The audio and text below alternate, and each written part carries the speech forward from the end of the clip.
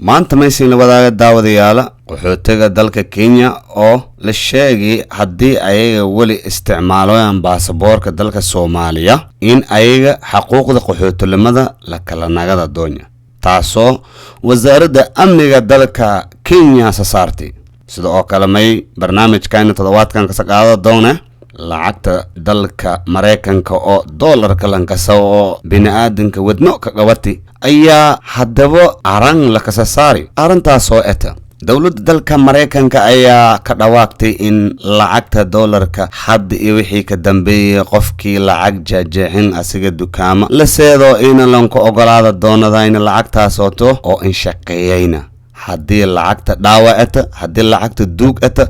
iyo haddii lacagta ayadoo markaasayto koola saaranta arintan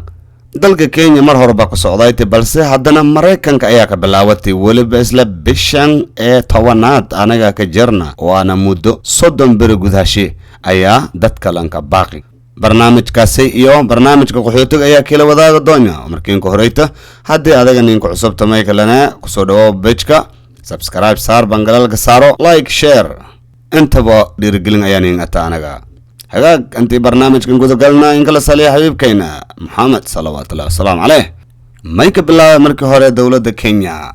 wasaaradda amniga dalka Kenya ayaa saartay in qaxootiyada dalka Kenya ku sugan kuwaasoo ka shaqo sugan xariyaasha qaxootiga Dadaab iyo haddii ku sugan Kakuma ayaa la sheegay in ayaga bishan 10aad ka bilaawato oo muddo 30 beri elan qabadi qof walbo baasaboor Soomaaliyeed haysadii la sheegay in saacan wixii ka bilaawado la kala nagada doonya xuquuqda qaxootinimada ama haddii kalama ka qasban la sheegay in asaga iska nago baasaboorka ee dalka Soomaaliya sida wararkan andhakan wasaaradda arrimaha gudaha Kenya ayaa dhawaan soo saartay amar dhigaya in loo baahan yahay in dadka qaxootiga iyo magalgalyadoonka ay muddo 30 maalmood gudahooda dib ugu celiyaan dukumeentiga lagu safray ee baasaboorka go'aanka soo baxay ayaa jawaab u ah warar sheegaya in qaxootiga qaarkood ay isticmaalaan baasaboorka dalalka ay asal ahaan ka soo jeedaan si ay ugu safraan meelo ka baxsan Kenya waxaana taasi ay dhalisay walaac la xiriira falal wax isdaba marin qoraal oo soo qoray mas'uul arrimaha qaxootiga u qaabilsan Kenya ayuu uga digay in haddii lagu guul dareysto in loo hoggaansamo amarka taasi ay keeni karto awaaqib ba'an oo dhanka sharciga kaas oo ay ku jiraan in la baabiyo qaxootinimada qofka ayna dhici karto in qofkaasi dalka laga ciriyo xaaladahan dhawaan soo baxay iyo walaaca la xiriira baasaboorka ay bixiyaan dalalka asal ahaan qofka uu ka soo jeedo ayaa waaxda adeega qaxootiga ee DRF waxa ay soo saartay amar maanacaya isticmaalka baasaboorka noocaasi ah oo isticmaalaan qaxootiga tilaabooyinkaasi waa kuwa waafaqsan qaybta 17aad ee sharciga qaxootiga ayuu yiri mas'uulkaasi wuxuu intaasi ku daray in qaxootiga bixiya xog been ah ama wax ka bedela muhiimadda xilliga qaxootiga sidoo kalena uu wati doono inuu waayo qaxootinimada waxa xusid mudan in haddii la helo caddayn la xiriirta in qofkaasi qaldan loogu aqoonsaday qaxootinimo dib loogala laabo doono qaxootinimada wuxuuna hoosta ka xariiqay sida ay uga go'an tahay xukuumadda in ay ilaaliso sharafta hanaanka qaxootinimo qaxootiga ayaa iyagana laga codsaday in ay amarka u hoggaansamaan si loo xaqiijiyo in xuquuqdooda ay noqoto mid la ilaaliyo marka la eego shuruucda caalamiga ah iyo sharciga qaxootiga ee 2021 mas'uulkaasi ayaa u xaqiijiyay qaxootiga in badqabkooda iyo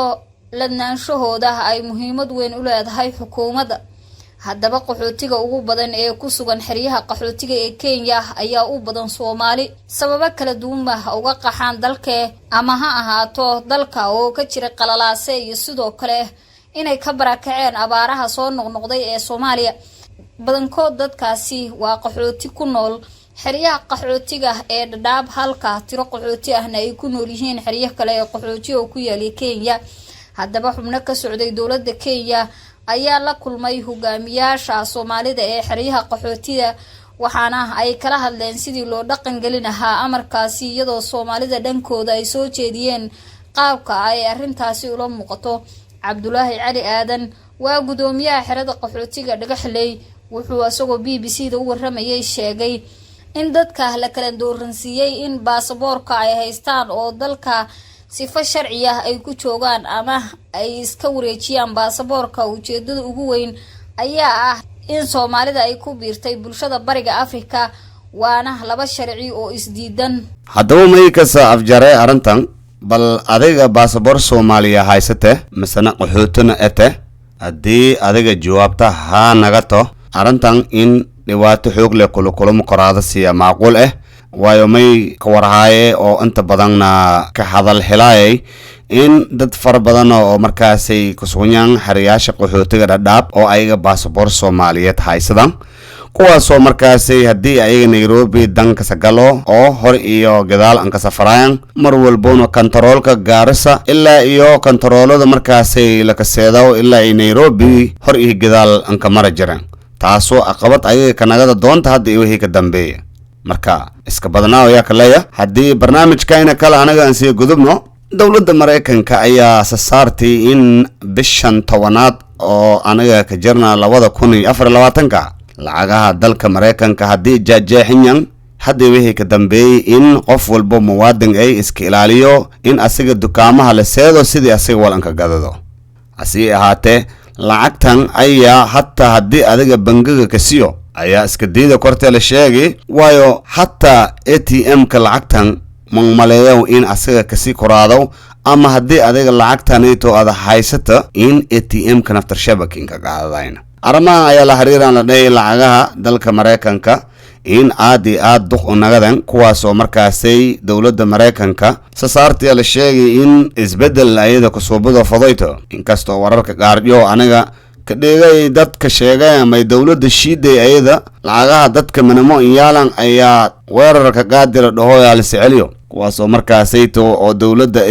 dadka qaarshoon ka tilmaamaan siba dawladdan hadeertan xilka hayta ayaa aad bulshada aan dhaliilayan sidii anaga wararka hoose markaasayto ka helay. hasi ahaatee lacagahan ka bilaabo bisha 10aad 2024 muddo 30 bari ayaa haysatay la ka dhigay lacagtan duug oo dollarka in ayada shaqeey doonadayna haddii adiga wax gadasho iyo waxyaabaha sayto markaas lacagtan adiga suuqyada aan ka seeto ayaa laakiin ka qaadayna sidii wararkan dhikan. arrimaha NATO wadamada Afrika iyo ka dareerayaan sida wadanka Kenya balse hadeertan wadanka Mareykan ayaa arintan sidirasti waxda federaalka ee aan xil saaranta dhanka lacagta ayaa qorsheeyay in ayada lacagaha NATO bedelaad ku soo bido mayla dhahay lacagta dollarka iyo $2 ilaa iyo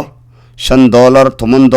$20 $50 ilaa $100 hatta halka la sheegay $500 iyo iska dhiganta jirta iyo $1,000 ilaa iyo $10,000 inkastoo bulshada lacagta sayto aan ka badanayna oo inta badan balan aragayna ayaa hadana may hadal lahayn badansho sheegayte in lacagaha sayto bulshada ka maqanyan qaarsho ayaa la sheegay in lacagaha sayto oo mar hore baxayeen oo hadeertan aan dareerayna dad qaarsho ayaa jiran in lacagaha noocaas oo kala kaxayan minamoojo ama qaarjo la sheegay in ayaga tamil ku duuganto balse lacagtaas oo meel ku duuganto la kiyaawo in ayada awoor meel ka aami ama in ayada meel ka tareegantay ama qaarsho in ayaga koola saaran taas ayaa la xiriirta la leeyahay dawladda in ayaga lacagahan dhan toos aan aruuriyayto kuwaasoo markaasay qorsheeyay in ayada lacago cusub ka bedelo doonto sanadooyinka soo socdaan kadhigba haddii adiga lacagaha sayto meelkin yaalan oona qorsheeyayto in adiga lacagta sayto nagto baahan tamay suubiyaas way file ayaa jira markaasay oo lanka targalay in lacagahanayto oo adiga kanaga doonta kaasoo markaasay faylka ku caawiyo lacagtaasay sidii ayada laakiin ka bedelo lacag check 30 maalmood oo la sheegay ayaa dadka haysadan haddii ayaga daneeyaan in lacagaha sayto iskanagan haddii kalamay macquul nagadaas in lacagaha sayto waqti ka qaadaas in ayaga dib u helaan marka haddii lacala dukaamada qaarsho ada seeto oo laga dhoo lacagtan ana manbaahinyo waayo lacagtan tareeganta aan la murunto dadka in adiga markaasi dhato aniga lacagtan waa lacag dollar mayo sababaha adiga ka diidayto dadka qaarsho ayaa la kiyaabay arintan in ayaga aan fahansanayna balse in ayaga la dareeran way waxyaabaha mar walba soo kordhiso mooye si ayagana aan ka warhayaan dawladda ayaa sheegtay in ayada markaas ay qorsheeyay lacagta in ayada bedel doonto lacagta unka horeyta ayaa sheegtay dowladda in ayada bedela doonto waa lacagta $50 oona ah sanadka markii ay 2028 sidoo kale $20 ayaa sheegtay in ayada bedela doonto sanadka 2030 $5 ayaa sheegtay in ayada bedela doonto dowladda sanadkan dhaxeeyay 2032 ilaa 2035 halka lacagta $100 oo caanka ay oo inta badan meel walbo abo bidaar la dadka ankasaayan iyada ka bedela doonto